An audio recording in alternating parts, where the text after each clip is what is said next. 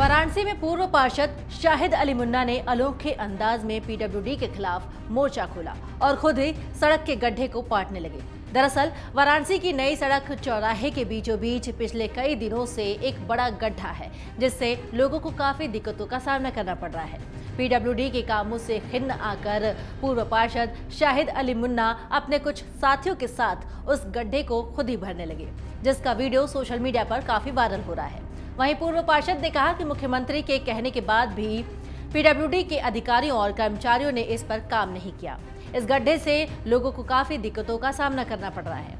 कभी e rickshaw पलट जाता है तो कभी राहगीरों और स्कूल के बच्चों को चोट लगती है। वहीं पूर्व पार्षद ने प्रदेश के सीएम योगी आदित्यनाथ से अनुरोध किया कि पीडब्ल्यूडी, जल निगम और जल संस्थान के कर्मचारियों के खिलाफ उचित कदम उठाए जाए। दंतेवाड़ा में डीआरजी जवानों और नक्सलियों के बीच 40 मिनट तक मुठभेड़ हुई। पुलिस की कार्रवाई के सामने माओवादी ज्यादा देर तक टिक नहीं पाए और सामान छोड़कर भाग गए।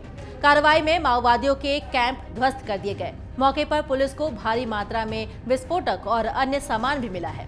आपको बता दें कि बुधवार सुबह जिला दंतेवाड़ा मालेवाही थाना से डीआरजी दंतेवाड़ा का दल नक्सल विरोधी अभियान पर मंगनार की दिशा से रवाना हुआ।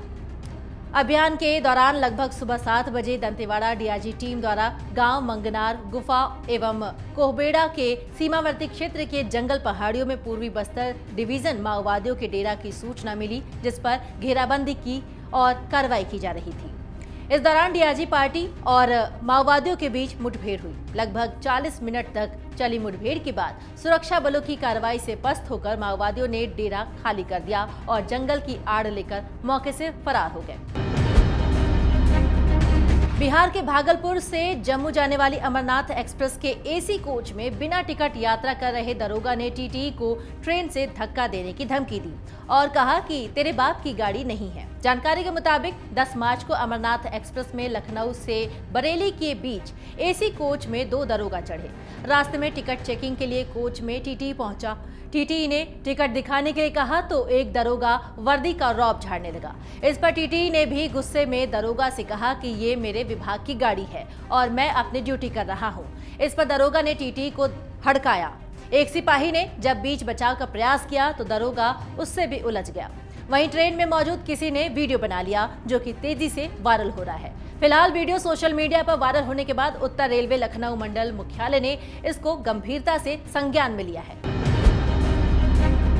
उत्तर प्रदेश की तीर्थ नगरी मथुरा के वृंदावन स्थित रंगनाथ मंदिर में ब्रह्मोत्सव पर बृहस्पतिवार को भगवान गोदारंग मन्नार ने चंदन लकड़ी से निर्मित 53 फुट ऊंचे दिव्य रथ पर विराजमान होकर भक्तों को दर्शन दिया। भगवान गोदारंग मन्नार के दिव्य रथ को खींचने के लिए श्रद्धालुओं की भीड़ लग गई। रथ खींचकर श्रद्धालुओं ने खुद को धन्य पाया। इस मौके पर देश ही नहीं विदेशों से भी श्रद्धालु उपस्थित रहे। आपको बता दें कि रंगनाथ मंदिर के पुरोहितों के निर्देशन में वैदिक रीति रिवाज और विधान पूर्वक दिव्य रथ का छत्र कलश पूजन किया गया। इसके बाद वैदिक मंत्रोच्चार के बाद भगवान गोदारंग मन्नार को दिव्य रथ में विराजमान कराया गया। दिव्य रथ को खींचने के लिए असंख्य श्रद्धालु मंदिर के पश्चिम गेट पर एकत्रित हो गए, जिसके बाद श्रद्धालुओं ने रस्से को पकड़कर रथ खींचना शुरू कर दिया। छत्तीसगढ़ में कोरबा जिले के राजाडाही कोल ब्लॉक के लिए भूकंपन विधि से सर्वे का विरोध जारी है। गुरुवार को ग्रामीणों ने ठेका कंपनी के कर्मचारी और बिचौलियों को डंडा उठाकर भगाया। महिलाएं, बच्चे समेत ग्रामीण सुबह से सड़क पर उतरकर विरोध कर रहे हैं। आपको बता दें कि 2 दिन पहले महिलाओं ने कलेक्ट्रेट पहुंचकर काम बंद कराने की मांग की थी। ग्रामीणों का कहना है कि जान जाए तो जाए, चाहे जान लेनी पड़े, लेकिन भारी विस्फोट नहीं करने देंगे। जल, जंगल और जमीन को हम किसी भी हाल में नहीं देंगे। ग्रामीणों ने बिना जन सुनवाई और ग्राम सभा की अनुमति की स्वीकृति देने का आरोप लगाया। कोल ब्लॉक के लिए 2 साल से विरोध के बीच चोरी छिपे काम चल रहा है, जिस पर ग्रामीणों में भारी आक्रोश है। कोरबा वन मंडल के दर्जन भर गांव में सर्वे होना है। हिमाचल में विधानसभा बजट सत्र के तीसरे दिन भी विपक्ष ने जमकर हंगामा किया। सुबह 11 बजे सदन की कार्रवाई शुरू होने से पहले भाजपा विधायक विधानसभा के बाहर धरने पर बैठ गए और संस्थानों को बंद करने के विरोध में प्रदेश सरकार के खिलाफ नारेबाजी की। इसके बाद कांग्रेस के विधायक भी आक्रोश में आ गए और भाजपा के खिलाफ नारेबाजी करने लगे। सदन की कार्रवाई शुरू हुई और भाजपा विधायकों ने 2 मिनट के भीतर ही वॉकआउट कर दिया। वहीं भाजपा विधायकों ने सीएम कार्यालय के बाहर भी ताले लगी सांकल कंधे पर उठाकर विरोध किया, जिसके बाद अब विधायक निंदा प्रस्ताव पर चर्चा कर रहे हैं। संसदीय कार्य मंत्री हर्षवर्धन चौहान ने भाजपा सदस्यों पर सरकार के ऊपर दबाव बनाने के आरोप लगाते हुए सरकार की ओर से विपक्ष के व्यवहार पर निंदा प्रस्ताव लाया। स्वास्थ्य मंत्री धनीराम शांडिल ने निंदा प्रस्ताव का समर्थन करते हुए विपक्ष से संयम बरतने का आग्रह किया। उन्होंने विपक्ष पर ड्रामेबाजी करने का आरोप लगाया। लखनऊ में एलडीए की जनता अदालत में गुरुवार को ऐशबाग निवासी बुजुर्ग मुकेश शर्मा को थप्पड़ मार दिया, जिससे उसके कान से खून निकल आया। बुजुर्ग के अनुसार वो पिछले करीब 19 साल से अपने मकान पर कब्जे को लेकर एलडीए में संघर्ष कर रहा है। इसके बावजूद उसको न्याय नहीं मिल रहा है। इस पर वो एलडीए की जनता अदालत में अपनी फरियाद लेकर आया था। अधिकारियों से जब वो अपनी बात कर रहा था तो इस मौके पर दोनों पक्षों में कहासुनी हो गई। एलडीए के विरोध कार्य अधिकारी डीके सिंह ने उसको एक जोरदार थप्पड़ मार दिया। इससे उसका चश्मा छिटक गया और दूर गिर गया। गाल के पास मांस फट गया और खून बहने लगा। शोर शराबा होने पर उपाध्यक्ष इंद्रमणि त्रिपाठी मौके पर पहुंचे और उन्होंने बुजुर्ग की बात सुनी। अधिकारियों का कहना है कि बुजुर्ग भी उनसे बदसलूकी कर रहा था। इस मामले में मौके पर तैनात गोमती नगर पुलिस ने बुजुर्ग की तहरीर को लेकर डीके सिंह के खिलाफ मुकदमा दर्ज करने की कार्रवाई शुरू कर दी है। रायपुर में बुधवार को भाजपा ने मोर आवास मोर अधिकार को लेकर करीब 1 लाख कार्यकर्ताओं के साथ विधानसभा का घेराव किया। घेराव से पहले भाजपा कार्यकर्ताओं ने सभा का आयोजन किया। सबसे पहले आवासहीन हितग्राहियों के पैर पखारकर आंदोलन में उनका स्वागत किया। इसके बाद सभा हो रही है।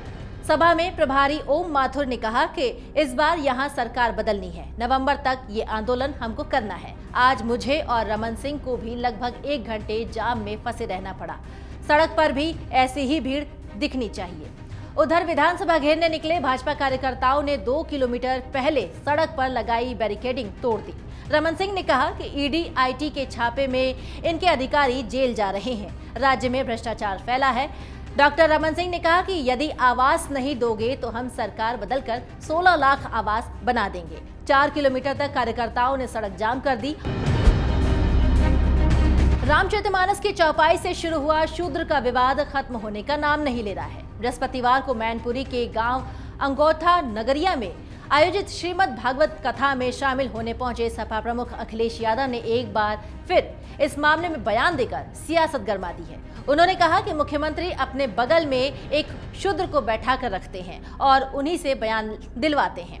आपको बता दें कि अखिलेश यादव ने ये बातें उन्होंने डिप्टी सीएम केशव प्रसाद मौर्य के बयान अयोध्या में भव्य राम मंदिर बन रहा है और सपा के लोग राम भक्तों पर गोलियां चलवाना चाहते हैं पर पलटवार करते हुए कही। अखिलेश ने कहा कि लोग पूछे कि क्या वो शूद्र हैं या नहीं। वहीं रामचरितमानस को लेकर मंगलवार को सपा नेता स्वामी प्रसाद मौर्य के बयान पर अखिलेश यादव कुछ भी बोलने से बचते नजर आए। अखिलेश यादव ने कहा कि वो जानकारी करेंगे कि उन्होंने क्या बयान दिया है। पीडीपी अध्यक्ष महबूबा मुफ्ती की ओर से जम्मू संभाग के पुंछ जिले में नवग्रह मंदिर में जलाभिषेक करने का वीडियो वायरल हो रहा है। इस पर अलग अलग प्रतिक्रिया भी सामने आ रही है। इसी बीच महबूबा मुफ्ती ने गुरुवार को कहा कि उनका मजहब अपनी जगह है, वो उस पर कुछ नहीं कहेंगी। भारत में गंगा जमुनी तहजीब है, यहाँ हिंदू मुसलमान इकट्ठे रहते हैं। महबूबा मुफ्ती ने कहा कि हम धर्मनिरपेक्ष देश में रहते हैं। पुंछ में भव्य मंदिर बना है। स्थानीय लोगों ने इसे बनाने के लिए दिल खोलकर पैसे दिए हैं। लोग चाहते थे कि मैं मंदिर के अंदर जाकर देखूं। वहां किसी ने श्रद्धा से मेरे हाथ में पानी का लोटा दिया कि आप इस पर डालिए, तो मैंने डाल दिया। अगर मैंने पानी डाल दिया तो ये मेरा मामला है, इस पर बहस नहीं होनी चाहिए। इतना ही नहीं, उन्होंने आगे कहा कि मजहब क्या इजाजत देता है, मैं इस पर कुछ नहीं कहूंगी। जियारतों पर मुसलमानों से ज्यादा हिंदू लोग चादर चढ़ाते हैं। हमारा मुल्क लोकतांत्रिक देश है। डाउनलोड करें अमर उजाला ऐप और पाएं खबरें लगातार। अगर आप ये वीडियो YouTube पर देख रहे हैं तो हमारे चैनल को सब्सक्राइब करें और बेल आइकन को दबाना ना भूलें। अगर आप Facebook पर ये वीडियो देख रहे हैं तो हमारे पेज को लाइक करें।